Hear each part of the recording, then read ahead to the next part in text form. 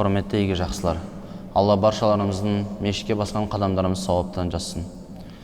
Сізбенен біз үшін айтыла кететін бүгінгі аятқа кезек берсек, Алла Тағала қасиетті Құран Кәрімнің Юнус сүресінің 109 аятында сізбенен бізге мынаны баяндайды. Бұл аят пайғамбарымызға және күллі мүміндерге қатысты.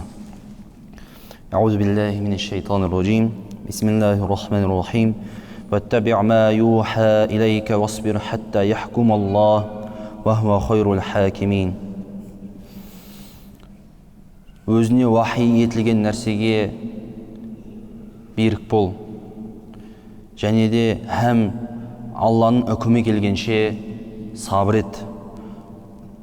Ол Алла үкім етушілердің ең жақсысы. Қысқа ғана аят, бірақ сізбенен бізге негізгі үлкен үш сабақты береді. Біріншісі, айтыла кеткендей, өзіне вахи етілгенге ер, яғни қасиетті Құран-ы Кәрімде айтыла кеткен пайғамбарымыздың сүннетіне берік болу сізбенен біздің Алланың әмірі, сізбенен біз үшін Алланың әмірі.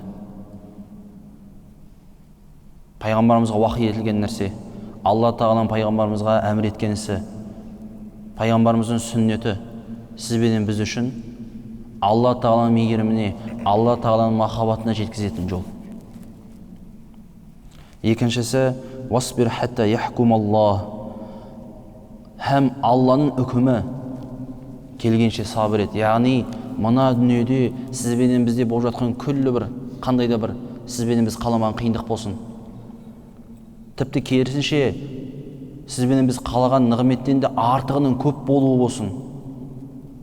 Күллісі сынақ.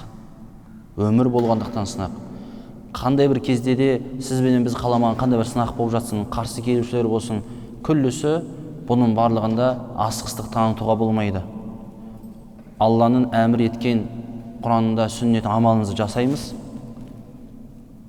Алланың үкімі келгенше сабыр етеміз. Өйткені сабырлық түптеп келген кезде бұл сынақтардан өту жолы жәннаттың кілттерінің бірі. Және жалғасында «Вахуа хойру хакимин».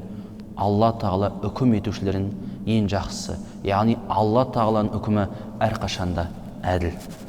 Алла Тағала сізбенен біздің баршамыздың ізгіліктерімізді, ізгі амалдарымызды қабыл етсін, жүзімізді жарық етсін деп тілейміз.